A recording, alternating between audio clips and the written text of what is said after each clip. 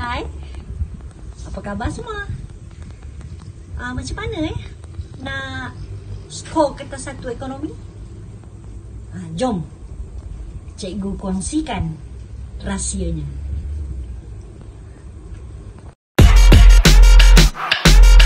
Selamat datang ke channel YouTube Cikgu Ainun Senior.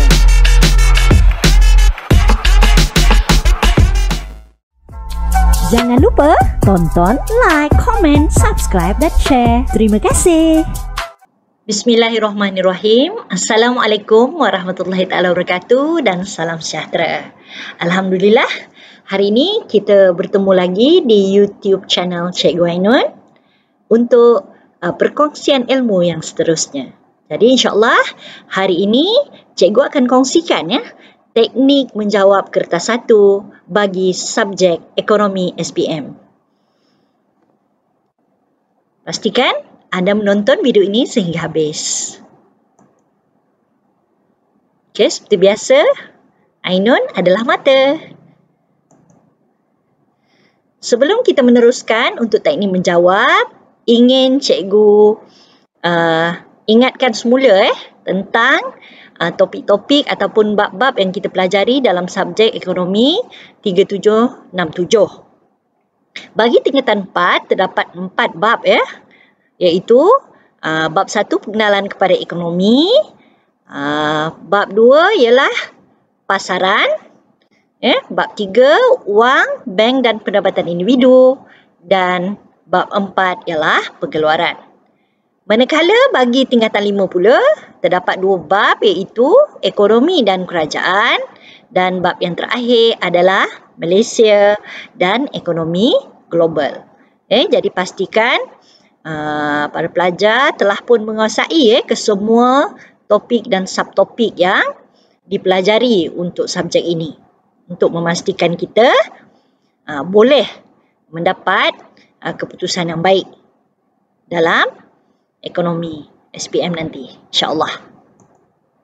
Baiklah, untuk format pentaksiran pula, seperti yang telah para pelajar maklum, kita perlu menjalani atau diuji menggunakan 2 kertas, iaitu kertas 1 3767/1 dan kertas 2 3767/2. Okey, jadi hari ini cikgu akan highlight ataupun fokus pada kertas 1, di mana kertas 1 ini merupakan ujian objektif, ujian objektif di mana soalan adalah jenis-jenis soalan adalah aneka pilihan, aneka gabungan dan pernyataan betul salah. Sekejap lagi cikgu akan terangkan terlebih dahulu jenis-jenis item ini. Kemudian kita mempunyai 40 soalan, 40 soalan objektif dan kena jawab kesemua sekali. Di mana 40 soalan ini setiap soalan akan membawa 1 markah. Jadi 40 soalan akan memberi 40 markah jika para pelajar menjawab dengan betul, dan tempoh ujian yang diberi ialah 1 jam 15 minit. 1 jam 15 minit. Dan wajaran konstruk untuk kertas 1 ialah mengetahui dan memahami dan juga kemahiran. Jadi secara keseluruhan peratusan wajaran bagi kertas 1 adalah 40%. Bermakna 1 betul, 1 markah. 1 salah, 1 markah akan ditolak. Jadi disolidlah. Kemudian untuk cakupan pula terdiri daripada semua cakupan konteks ni, maknanya topik semua bab dia akan merangkumi semua standard pembelajaran dari tingkatan 4 dan 5. Kemudian aras kesukaran rendah 5, sederhana 3 dan tinggi 2. Dan sebagai alat tambahan, para pelajar dibenarkan menggunakan kalkulator saintifik. Okey, jadi kita fokus untuk kertas 1 saja. Seterusnya kita lihat apakah strategi untuk lulus kertas ekonomi SPM. Jadi untuk hari ini, cikgu akan highlight tentang kertas 1. Sebagaimana yang telah diterangkan sebentar tadi, wajaran untuk kertas 1 adalah 40%. Ini bermakna 40 soalan solid membawa 40 markah. Maknanya satu betul, satu markah akan diperolehi oleh pelajar. Jadi untuk kamu lulus, cuba target untuk dapat separuh sekurang-kurangnya 20 soalan betul daripada 40 soalan objektif. Jadi insya-Allah markah yang diperolehi adalah 20%.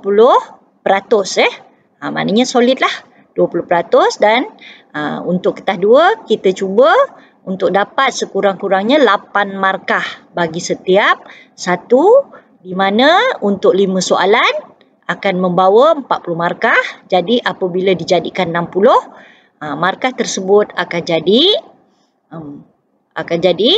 24%. Maknanya 40, 8 kali 5, 40. Jadi maknanya bila kita jadikan 60%, dia akan membawa 24%. Apabila dicampur dengan kertas 1 tadi, dapatlah jumlah markah 44. Kan? Dah lulus tu. Jadi insyaAllah untuk ekonomi, lulus sudah pasti. Tapi cemerlang kena carilah. Okey, jadi kita lihat pula bagaimana pula sekiranya kita ataupun strategi untuk pelajar mendapat grade cemerlang bagi subjek ekonomi.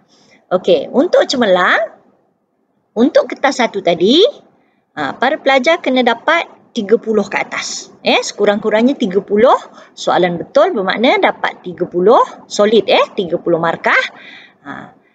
Dengan kertas 2 pun kita kena sekurang-kurangnya dapat 15 markah setiap satu. So ada 5 soalan, kita dapat 75 lah Bila 75/100 kita jadikan 60, maka markah untuk kertas 2 adalah 45%. Jadi bila ditambah dengan kertas 1 tadi, insya-Allah A tolak dalam tangan. Jadi insya-Allah boleh. Jadi sebelum kita pergi kepada teknik menjawab, cuba para pelajar muhasabah diri, renung-renungkan di mana kedudukan anda sekarang. Di mana kedudukan anda sekarang? Adakah masuk dalam kategori ini? Jadi yang cikgu tunjukkan di sini untuk B ke atas lah Jadi kalau kamu boleh dapat 25 dan kertas 2 tu boleh dapat 12 markah sekurang-kurangnya bagi satu soalan, kamu akan kumpul 60. Jadi untuk wajaran 60 dia akan jadi 36. Jadi insya-Allah akan keluar sebagai grade B lah. Begitulah seterusnya. Jika kamu nak A minus tadi minimum lah 28 kertas 1 dan 14 bagi kertas 2. Jadi akan dapatlah 70 insya-Allah So yang dalam kurungan ni adalah wajaran jadi 60 Okey, begitu juga sekiranya kamu nak dapat A minus cikgu tunjukkanlah sifir perkiraan di sini 29 kertas 1 dapat 14 bagi satu soalan, kertas 2 akan keluar sebagai 70, dan apabila ditukar kepada wajaran 60 dapatlah 42. So akhirnya akan dapat 71. Begitu juga sekiranya kamu target untuk dapat A grade A solid lah 32 kertas 1 dan cubalah dapat 17 sekurang-kurangnya bagi satu soalan. Jadi 5 soalan dapat 85. Apabila kita tukar kepada wajaran 60 akan dapatlah 51 dan akhirnya dapat 83. Begitu juga dengan A+. Kalau A+, kamu kena dapat kertas 1 36 ke atas. Tapi itu borderline lah 36 dan kertas 2 tu dapat 18. Setiap soalan dapat 18.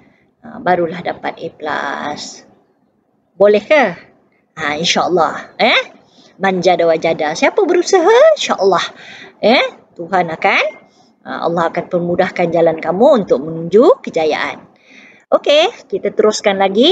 Jadi ini merupakan analisis kertas soalan peperiksaan ekonomi SPM Jadi seperti yang kita semua maklum, ekonomi 3767 merupakan penyernamaan semula daripada ekonomi asas KBSM, dan ekonomi KSSM telah first batch ataupun kumpulan pertama SPM pada tahun 2018. Jadi baru 2 tahun lah. Jadi insyaAllah tahun 2020 ini merupakan batch yang ketiga. Jadi pada 2018 dan 2019 ini cikgu dah buatkan satu jadual tentang analisis topik-topik yang telah disoal dalam kertas 1 SPM. Jadi kamu boleh perhatikan di sini. Jadi kalau kita lihat soalan yang banyak ni, banyak contohnya macam 1.1 subtopik untuk bab 1 ni, kerana topik ini biasanya pemberatan dia pemberatan dia agak besar, jadi soalan lebih banyak lah. Jadi kalau topik itu merupakan topik yang luas, biasanya dia akan ditaja banyak lah. Dan kalau kita lihat 2018, antara yang popular adalah subtopik wang dan bank dan konsep pengeluaran. Konsep pengeluaran. Manakala 2019 pula, kita lihat di sini keanjalan harga. Keanjalan harga banyak ditanya. Keseimbang pasaran juga merupakan topik yang penting kerana banyak keseimbangan pasaran itu meliputi permintaan, penawaran, lepas tu keseimbangan pasaran dan sebagainya. Jadi banyak. Sebab itu kamu perlu kuasai yang lain begitu juga. Jadi kalau kita lihat dari segi peratusan ataupun jumlah bilangan soalan setakat 2018-2019, sememangnya tingkatan 4 lebih banyak ditanya, kerana kalau dari segi logiknya pun tingkatan 4 kita ada 4 bab kan, tingkatan 5 ada 2 bab sahaja. Tak apa, yang ini untuk panduan sahaja. Benda ni tidak semestinya 2020 dia akan ikut macam tu tetapi ini sebagai panduan kita, Okey, seterusnya kita lihat dan kenali kertas 3767/1 iaitu ekonomi kertas 1. Jadi seperti mana yang telah cikgu terangkan tadi, terdapat 40 soalan objektif dan kamu diberi tempoh masa menjawab ialah 1 jam 15 minit. Ini bermakna secara purata lebih kurang untuk satu soalan kamu boleh habiskan dalam 1.8 minit bagi satu soalan. Jadi 1 jam 15 minit kita ada 60 tambah dengan 15, so kita ada 75 minit sahaja. Okey, jadi untuk objektif pentaksiran, OP itu adalah objektif pentaksiran. Jadi sebagaimana yang telah kita jelaskan tadi, 60% merupakan OP1, lebih kurang dalam 24 soalan, dan OP2 merupakan kemahiran. Jadi 40%. Jadi kalau lebih kurang dalam 16 soalan. So wajaran seperti yang kita telah bincang tadi, 40%. Okey, so nisbah aras kesukaran dia samalah mengikut dalam kita punya format pentaksiran. Rendah 5, sederhana 3 dan tinggi adalah 2. Jadi kalau kita lihat kepada 40 soalan tadi, kita boleh andaikanlah lebih kurang 20 untuk soalan aras rendah, 12 aras sederhana dan 8 aras tinggi. Jadi kalau ikut logik, aras rendah tu sepatutnya pelajar memang kena kuasai lah. Maknanya 20 ni dalam tangan dah sepatutnya. Okey? So kita tengok, sebab ada yang tertanya-tanya apa itu objektif pentaksiran. Sebab kita ada dua. Kita ada dua objektif dalam KSSM. Kita ada objektif mata pelajaran dan dikenali sebagai OM, dan objektif pentaksiran adalah OP. Jadi untuk kertas 1, kita punya ujian pentaksiran kita lebih menghala kepada OP1 dan OP2. Jadi OP1 dan OP2 di sini jadi cikgu dah bawa keluar. Okey, jadi objektif pentaksiran ekonomi 3767 untuk kertas 1. Okey, OP1 tadi mengingat dan memahami tentang istilah, konsep dan prinsip asas ekonomi. Jadi pastikan, sebab itulah perlunya kamu memahami. Jadi insya-Allah bila kita dah faham, automatik kita akan ingat. Senang ingat Apa dia? Istilah, konsep dan prinsip asas ekonomi. Jadi perkara inilah yang perlu pelajar ambil perhatian.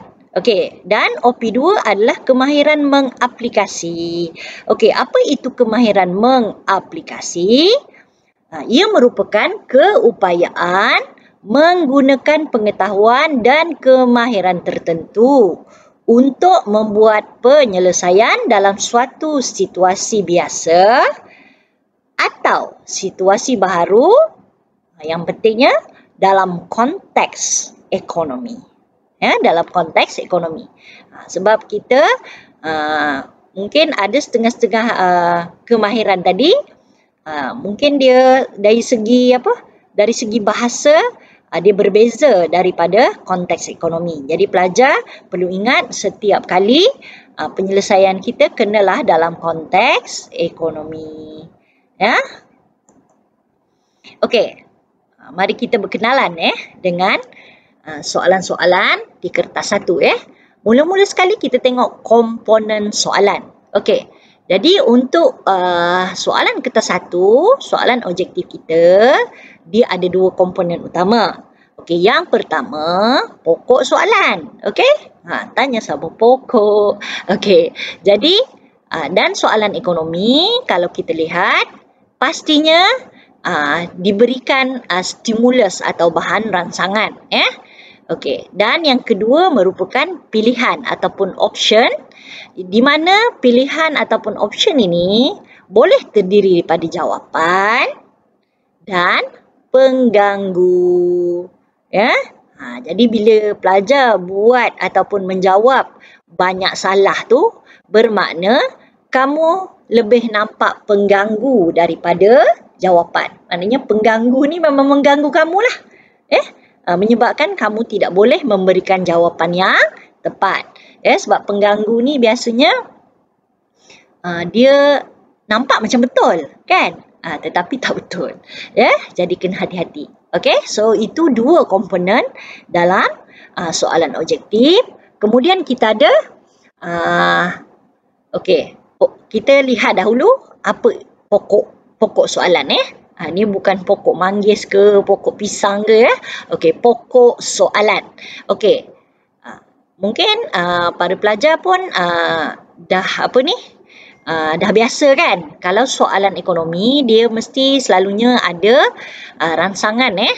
Maknanya pokok soalan biasanya akan dikemukakan masalah. Satu masalah akan dikemukakan. Jadi masalah itu boleh dalam bentuk ayat sahaja, ataupun penyataan.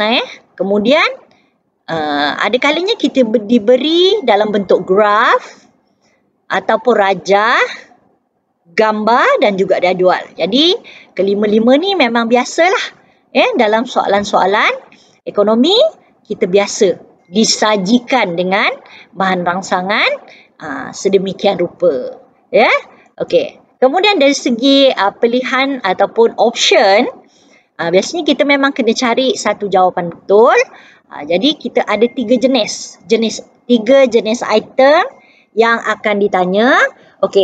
Yang pertama aneka pilihan. Aneka pilihan ni kita memang ada terus diberi satu permasalahan, kemudian kita diberi option jawapan A, B, C, D. Bermakna satu jawapan betul. Kemudian yang kedua, aneka gabungan ataupun dikenali juga sebagai aneka pelengkap, di mana kita diberikan 4 statement ataupun 4 pernyataan dan kita kena cari mengikut kehendak soalan lah. Biasanya mencari pernyataan yang betul. Dan biasanya Ini 1, 2, 3 dan 4. Jadi kita perlu membaca semua sekali. Tak apa, nanti cikgu akan pergi lebih terperinci tentang ni. Dan yang jenis item ketiga adalah pernyataan betul atau salah. Ya. Jadi kalau kita lihat dekat sini, ini mengikut kertas 1 SPM 2019 cikgu letak di sini. Aneka pilihan ni majoriti lah jadi lebih kurang dalam 30 soalan, iaitu 75%, manakala aneka gabungan yang 1, 2, 3, 4 ni dia sikit sahaja. 2019 tu dia sikit sahaja dalam 10% dan betul salah ada dalam 6 soalan. Bagaimanapun, yang ini tidak peratusan yang cikgu buat ni bukan semestinya ikut yang ini Ini berdasarkan sumber cikgu adalah kertas 1 SPM 2019. Jadi pada kertas-kertas SPM yang seterusnya dia akan dia tertaluk pada perubahan lah tak adalah semestinya nanti kata mesti 30 soalan aneka pilihan. No, tak semestinya tapi maknanya cuma yang cikgu boleh katakan majoritinya terdiri pada soalan aneka pilihan kemudian aneka gabungan dan juga betul salah jadi dia lebih kurang macam ni, tapi tidak semestinya sebiji macam ni Okey, so kita lihat dahulu apakah langkah untuk menjawab kertas 1 ini. Cikgu Ainun style Okey, jadi cikgu perturunkan 6 step, 6 langkah. Pertama sekali isu jadi kalau kamu lihat sini ISKKPJ jadi cikgu buat akronim supaya senang ingat I sayang kerana kamu peneman jiwa. Wah, jiwa-jiwa macam tu Okey, so I yang pertama adalah isu. Isu ni maknanya kita kena kenal pasti topik atau subtopik. So apabila pelajar membaca soalan, dia kena tahu sepatutnya kamu kena terus tahu daripada mana topik mana ataupun subtopik mana, bab mana soalan itu ditanya. Kemudian kita lihat yang kedua, langkah yang kedua kita perhatikan ada tak stimulus diberi. Adakah bahan rangsangan diberi untuk soalan tersebut ataupun apa jenis dia. Fahamkan, kita kenal pasti kalau sekiranya tidak ada gambar dan sebagainya, cuba fahamkan ayat ataupun maklumat yang diberi. Okey, yang ketiga, K yang pertama adalah kata kunci Kita cuba kenalkan pasti kata kunci maklumat yang diberi dalam soalan. Kemudian satu lagi, untuk senang kita memahami kehendak soalan, kita kena faham ataupun kenal pasti kata tugas yang digunakan dalam soalan tersebut. Dan langkah yang seterusnya yang kelima, daripada option jawapan tadi, kita kena kenal pasti pengganggu dan juga jawapan yang tepat. Maknanya kamu perlu membaca semua option yang diberi, pernyataan yang diberi, dan cuba kenal pasti adakah dia pengganggu ataupun dia jawapan yang sebenar. Maknanya sekiranya statement ataupun pernyataan itu pengganggu, kamu rasa dia salah, pastikan kamu tahu sebabnya kenapa. Jadi, I sayang kerana kamu peneman jiwa. Okey, so kita cuba lihat kepada contoh soalan Okey, yang pertama bentuk aneka pilihan. Okey, seperti yang dalam soalan ni, pernyataan manakah yang betul tentang permintaan berkesan? Jadi bila kamu nampak ataupun kamu baca soalan ini, kamu cuba kenal pasti dahulu apakah isunya. Isu maknanya kamu cuba kenal pasti apakah topik atau subtopik dia. Kemudian soalan ini dia tidak ada stimulus lah kita dalam bentuk ayat sahaja. Kemudian yang ketiga tadi adalah kita punya kata kunci. Okey, kata kunci kat sini tadi. Okey, isu kita adalah permintaan, betul? Jadi permintaan kita belajar di bab 2 tingkatan 4. Okey? Dan kata kunci kita adalah berkesan. Okey? Jadi kat sini cikgu dah buat. Okey? Jadi, pernyataan manakah yang betul adalah kata tugas dan permintaan berkesan tadi. Permintaan merupakan isu dan berkesan adalah kata kunci dia. Okey, apa itu permintaan berkesan? Permintaan berkesan merupakan permintaan yang disokong. Permintaan yang disokong oleh kuasa beli. So, kita lihat dulu pilihan yang pertama. A tadi, kehendak yang tidak terbatas. So, ini bukan, betul? Ini adalah pengganggu sebab tidak berkaitan dengan konsep permintaan berkesan. Okey, B, minat terhadap satu barang pun bukan, bukan permintaan berkesan. Okey, kemudian keperluan. C, keperluan yang mesti dipenuhi. Jadi ini lebih kepada keperluan, Dan D, keinginan yang mampu dimiliki. So, bermakna dia nak dan dia ada kuasa beli. So, maknanya permintaan yang disokong oleh kuasa beli, itulah permintaan berkesan. So, jawapan kita adalah D. Ya?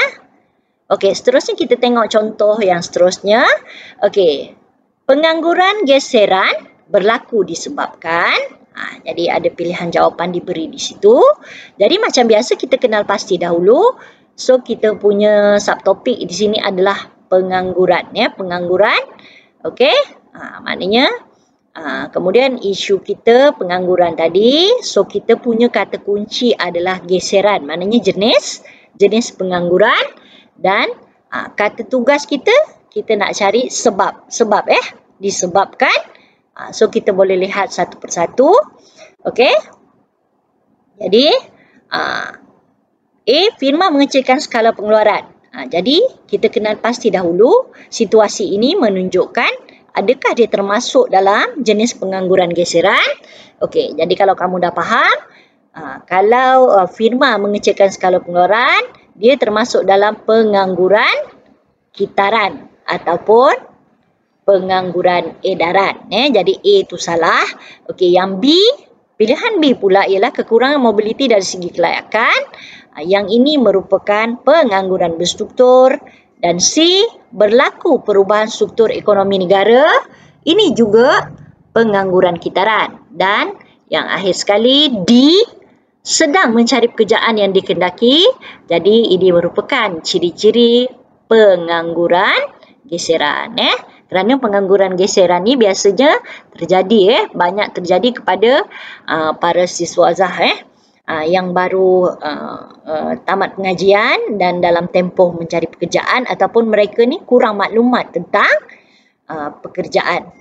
Dan juga ada kalanya bila majikan mengambil masa yang lama lah untuk menawarkan pekerjaan. Okey. Jadi tadi jawapan dia D. Baik, kita lihat pula kepada contoh yang ketiga. Kali ini kita ada stimulus. Soalan ini memberikan stimulus dalam bentuk jadual. Okey, jadi macam biasa kita akan kenal pasti dahulu. Kita punya isu dekat sini, topik kita ialah berkaitan kuantiti penawaran dan kuantiti permintaan. Bermakna ini merupakan topik keseimbangan pasaran dalam bab 2 tingkatan 4. Okey. Kemudian stimulus kita diberikan jadual di sini yang terdiri daripada harga, 5 tingkat harga dan 5 tingkat kuantiti penawaran dan kuantiti permintaan. Okey, bagi kata kunci pula maknanya inilah tadi kuantiti penawaran dan kuantiti permintaan, sebab isu kita adalah keseimbangan pasaran. Okey. Untuk kata tugas, pilih pernyataan yang betul. Jadi kita nak pastikan ataupun kita kena kenal pasti daripada 4 pernyataan ini, yang manakah yang betul berkaitan dengan jadual di atas.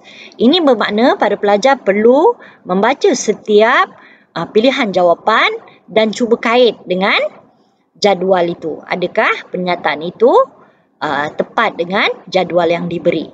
Okey, baik. Kita lihat dekat sini cikgu dah buat.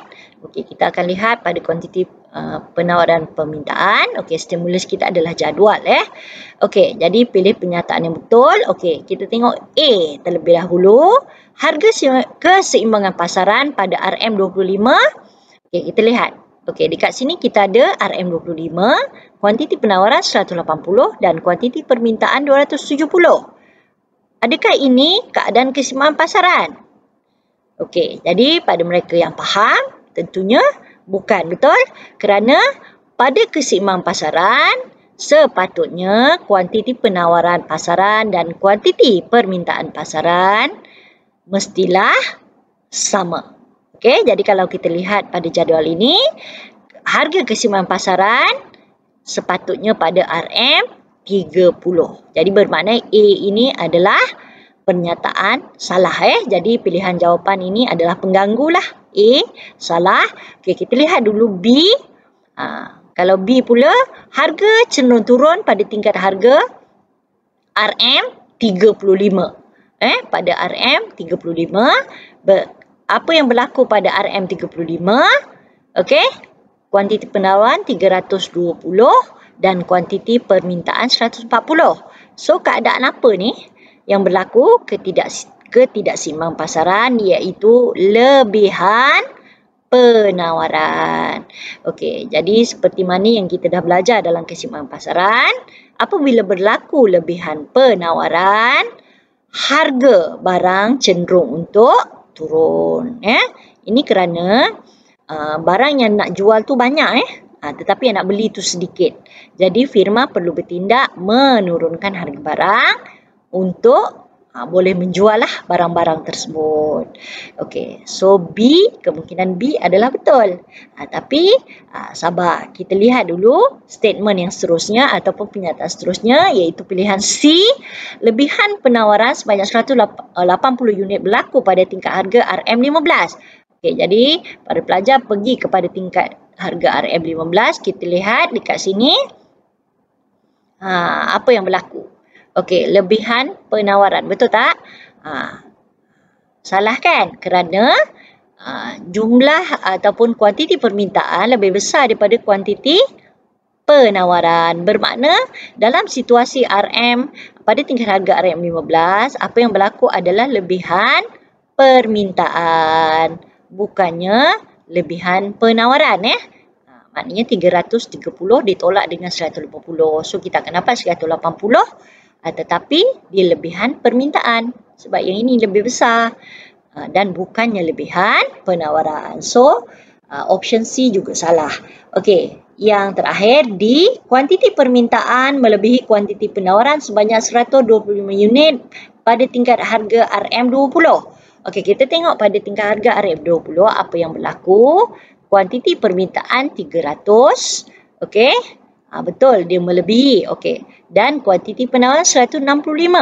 Jadi untuk pastikan jumlah 125 ni betul, kita tolakkan sahaja. 300 tolak 165, kita dapat 135, bukan 125. Bermakna statement ini juga salah. Oleh itu, jawapan tepat adalah B. Okey, betul tak? Murid-murid semua jawab. Okey, baik. Itu tentang bentuk aneka pilihan. Jadi kalau kamu dah biasa buat latih 2B untuk kertas 1 ni, memang majoriti soalan adalah dalam bentuk aneka pilihan. Okey, seterusnya kita tengok bentuk yang kedua, iaitu bentuk aneka gabungan atau aneka pelengkap. Dalam soalan ini kita akan diberikan pernyataan dan kamu perlu memilih daripada 4 pernyataan jawapan itu. Biasanya soalan tanya yang betul lah, tapi kita kena baca soalan dah dahulu apa kehendak soalan. Okey, dan kalau kamu perhatikan, sekarang ni kita punya pilihan dia biasanya memang bagi kita 4 dan untuk kombinasi jawapan biasanya dia dua sahaja. Ini berdasarkan trend lah tapi benda ni pun tidak semestinya tak boleh berubah. Tapi seperti yang kita lihat kepada soalan-soalan SPM yang terkini lah Okey. Jadi kita lihat dahulu contoh di sini. Okey, kita punya soalan berbunyi pilih pernyataan yang betul tentang input berubah. Okey, Jadi bila kita baca penyataan soalan ini, kita dapat terus dapat kenal pasti bahawa topik kita atau isu kita adalah tentang pengeluaran, iaitu input berubah. Okey, jadi stimulus kita pun tidak diberikan stimulus dekat sini. Kata kunci kita input berubah lah dalam bab pengeluaran. Okey, kata tugas pula ialah pilih pernyataan yang betul. Jadi seperti yang Anika pilihan juga tadi, kita perlu membaca setiap pernyataan ini, setiap satunya, dan kenal pasti yang mana pengganggu, yang mana jawapan yang tepat. Okey, jadi kita lihat sama-sama. Okey. Okey, jadi pilih pernyataan betul tadi adalah kita punya kata tugas lah. Input berubah merupakan kata kunci kita. Okey. So kita lihat yang pertama. Jadi maknanya soalan ni kita nak pernyataan betul sahaja tentang input berubah. Okey. 1. Tetap wujud walaupun output sifar. Jadi kalau pelajar dah faham, yang ini adalah ciri untuk input tetap, bukan input berubah. Kerana input berubah tidak wujud sekiranya tidak ada pengeluaran ataupun pada tingkat output sifar. Jadi pernyataan 1 ni salah. Okey, bila pernyataan 1 salah, apa yang kita boleh lakukan ialah untuk soalan Anika gabungan atau Anika penyingkap ni sebenarnya lagi banyak boleh bantu kamu. Kita lihat pilihan 1 ada di mana? Pada A dan juga B. Ini bermakna A dengan B ni kita dah boleh dah omit, kita dah boleh kira lupakan. Tapi dengan syarat pastikan statement itu tadi kamu betul-betul yakin. Kalau tak yakin tak apa, kita pergi kepada yang kedua. Okey, statement yang kedua contoh ialah polisi insurans kebakaran. Okey, insurans kebakaran ini biasanya merujuk kepada apa? Pada bangunan, bangunan kilang ataupun kita punya mesin dan sebagainya. Jadi bermakna kalau polisi insurans kebakaran sebenarnya dia merujuk kepada input tetap, bukan input berubah. Sebab input berubah kita ada contoh seperti buruh, kemudian kita ada buruh bahan mentah, jadi statement kedua juga menjurus kepada input tetap. Jadi salah juga. Jadi kalau kita lihat tadi 1 dah salah, kita dah boleh buang pilihan A dan B. Kemudian kita ada 2 juga salah, kita dah boleh buang pilihan C. Okey. Jadi yang tinggal D saja. Tinggal D sahaja. Tapi kita perlu baca dululah. Jangan terlalu yakin. Yakinnya kamu. Perlu baca terlebih dahulu. Okey, 3 ni wujud dalam jangka masa pendek dan panjang. Betul tak input berubah? Betul. Kerana input tetap hanya wujud dalam jangka masa pendek. Pada jangka masa panjang apa yang berlaku? Semua input adalah input berubah. Okey. Jadi dia tak ada input tetap. Input tetap hanya wujud pada jangka masa pendek. Tapi jangka panjang tak ada. Okey, tadi maknanya dalam jangka masa panjang semua input adalah input berubah. Okey. Kemudian yang 3 ni betul. Okey, berubah secara langsung dengan tingkat output. Yang ini juga betul. So bermakna betul lah jawapan dia D. Pilihan 3 dan 4. Okey, kita lihat satu lagi contoh untuk bentuk soalan ini. Okey, antara yang berikut yang manakah betul tentang konsep pengeluaran jangka pendek? Okey, kita punya isu kat sini adalah pengeluaran. Okey, pengeluaran. Stimulus kita pun dia dalam bentuk ayat macam ni sahaja. Okey, kita ada kata kunci kita adalah jangka pendek. Okey, jangka pendek ni bermaksud apa? Jangka pendek, tempoh pengeluaran kurang daripada 12 bulan. Okey, setahun lah. Kemudian kita ada kata tugas kita apa dia? Penyataan betul. Manakah yang betul? Okey, so kita lihat kat sini. So betul tadi Manakah yang betul adalah kata tugas kita, konsep pengeluaran atau pengeluaran tadi adalah kita punya isu, jangka pendek adalah kata kunci kita.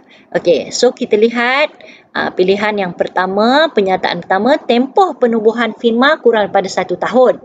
Okey, yang ini kita bukan nak merujuk kepada firma, tetapi pengeluaran itu sendiri. Tak kira lah firma tu dah setahun ke 2 tahun ke, tapi yang penting adalah pengeluaran jangka pendek dia merujuk kepada tempoh pengeluaran. So, statement yang pertama itu adalah salah. Dia pengganggu lah ya. Okey, bila satu ni salah, kita dah boleh keluarkan A dengan B. So, bermakna kita tinggal pilihan C dengan D. Okey, pernyataan kedua, firma mempunyai input tetap dan input berubah. Betul tak? Memang yang ini semua orang tahu, firma mempunyai 2 jenis input, iaitu input tetap dan input berubah. So bermakna sekarang kita boleh rujuk kat sini C tinggal C. Jadi tak apa, kita baca dulu. Yang ketiga, firma akan menambahkan input berubah untuk meningkatkan output. Betul tak? Betul, kerana input berubah dia berkadar terus dengan output ataupun keluaran. Jika kita ingin menambahkan output ataupun hasil keluaran, kita perlulah menambahkan input berubah. So 2 dan 3 ya, C. Apa-apa pun yang statement keempat kita perlu baca dulu. Semua input yang dimiliki oleh firma ialah input berubah. Salahlah ya, ini kontra kepada pernyataan kedua tadi. So 4 salah. Jadi maka jawapan kita adalah C. Tepatlah C pilihan 2 dan 3. Okey, baiklah. Sekarang kita tengok kepada jenis item yang ketiga, iaitu bentuk betul salah. Okey, cikgu berikan di sini. Okey, untuk pilihan ini kamu tak perlu hafal tak perlu hafal sebab dia akan diberi dalam jawapan. Tak perlulah kita nak hafal A tu betul salah, lepas tu salah betul, lepas tu C betul-betul kan, macam Upin Ipin. Tak perlu. Sebab jadual ini akan diberi dalam soalan. Okey, kita lihat lagi contoh soalan cikgu berikan 2 di sini.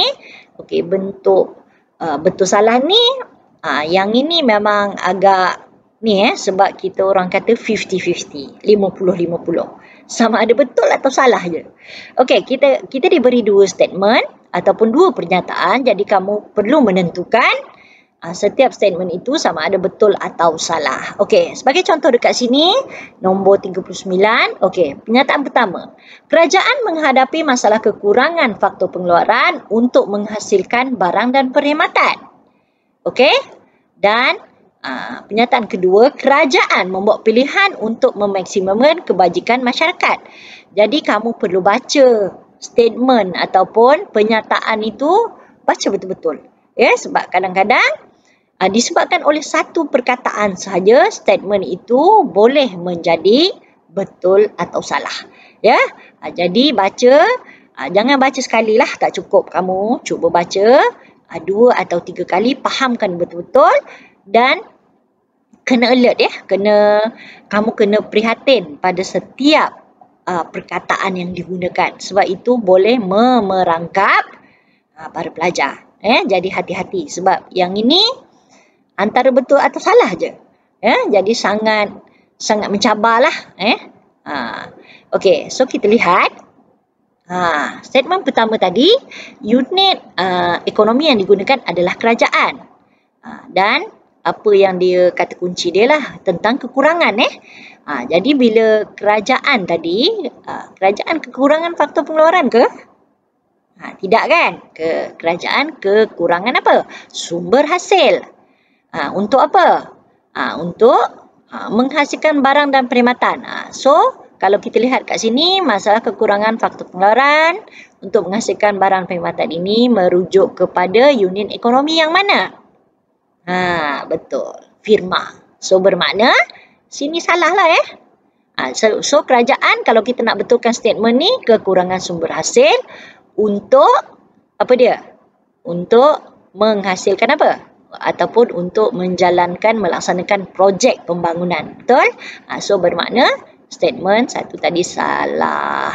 Okey, kemudian kerajaan membuat pilihan untuk memaksimum kebajikan masyarakat. Betul tak? Statement ini betul sebab dia merujuk kepada kerajaan. So, statement satu salah, statement kedua betul. Jawapan kita adalah B. Okey, kita lihat lagi seterusnya soalan yang 40 tadi. Hukum permintaan menyatakan apabila harga meningkat, kuantiti diminta akan menurun. Okey? Jadi fahamkan betul-betul. Ingat hukum permintaan. Sebab soalan ini adalah dia punya isu adalah hukum permintaan. So, kita lihat isu yang dibangkitkan atau ciri-ciri dia. Okey, yang kedua, hukum permintaan digambarkan oleh kelok permintaan yang mencerun ke atas dari kiri ke kanan. Okey, so hati-hati. Okey, kamu rasa statement pertama ni betul ke? Okey, tengok betul-betul harga dan kuantiti. Okey, dan kemudian yang ni kelok permintaan, mencerun ke atas dari kiri ke kanan. Okey, so kita lihat sama-sama. Okey, hukum permintaan menyatakan apabila harga meningkat, kuantiti diminta akan menurun. Betul tak? Betul. Sebab hukum permintaan hubungannya adalah negatif. P naik, harga naik, kuantiti diminta akan turun. Apabila harga turun, kuantiti diminta pula akan meningkat. Yalah, kita sebagai pengguna rasional, kita tunggu masa murah kan? Beli banyak. Okey, so ini betul. Pernyataan kedua, hukum permintaan digambarkan oleh kelok permintaan yang mencerun ke atas dari kiri ke kanan. Okey, jadi seperti yang selalu cikgu ingatkan anak-anak murid cikgu, nak ingat, okey, kalau kita meminta sesuatu, kita biasa guna tangan kanan, betul? Tangan kanan, so kanan, so kita buat macam ni. So ini adalah kelok permintaan. So bagaimana bentuk dia? Mencerun, dia mesti dari kiri ke kanan kan? Jadi kiri ke kanan, so bermakna dia mencerun ke bawah. Betul tak? Manakala kalau kelok penawaran pula, kita boleh guna tangan kiri, okey, dia mencerun ke atas dari kiri ke kanan. Ingat, dua-duanya mencerun dari kiri ke kanan. Namun bezanya adalah permintaan dia mencerun ke atas atau ke bawah. Mencerun ke atas dari kiri ke kanan. Betul tak? Betul tak statement tu? Salah kan? Dia mencerun ke bawah sebab dari kiri ke kanan. Manakala hukum penawaran pula mencerun ke atas dari kiri ke kanan. So, yang mencerun ke atas dari kiri ke kanan itu adalah kelok penawaran. So, statement ni salah ya. Okey? So, bermakna apa? Betul, salah. Okey, betul salah tadi, jawapan kita ialah apa? Ingat lagi tak? Okey. So, bila jawapan kita apa? Kamu tak perlu hafal lah boleh rujuk tadi kita punya statement tu, apa dia? Statement satu betul, statement kedua salah, maknanya jawapan adalah A. Okey, jadi itu saja untuk kali ini. Jadi cikgu doakan semua sekali akan berjaya dengan cemerlang dalam SPM 2020. Okey, hingga kita bertemu lagi. Jika video ini bermanfaat, jangan lupa subscribe dan tekan butang loceng untuk notifikasi video-video cikgu yang seterusnya. Semoga bermanfaat. InsyaAllah kita jumpa lagi. Terima kasih. Assalamualaikum. Bye.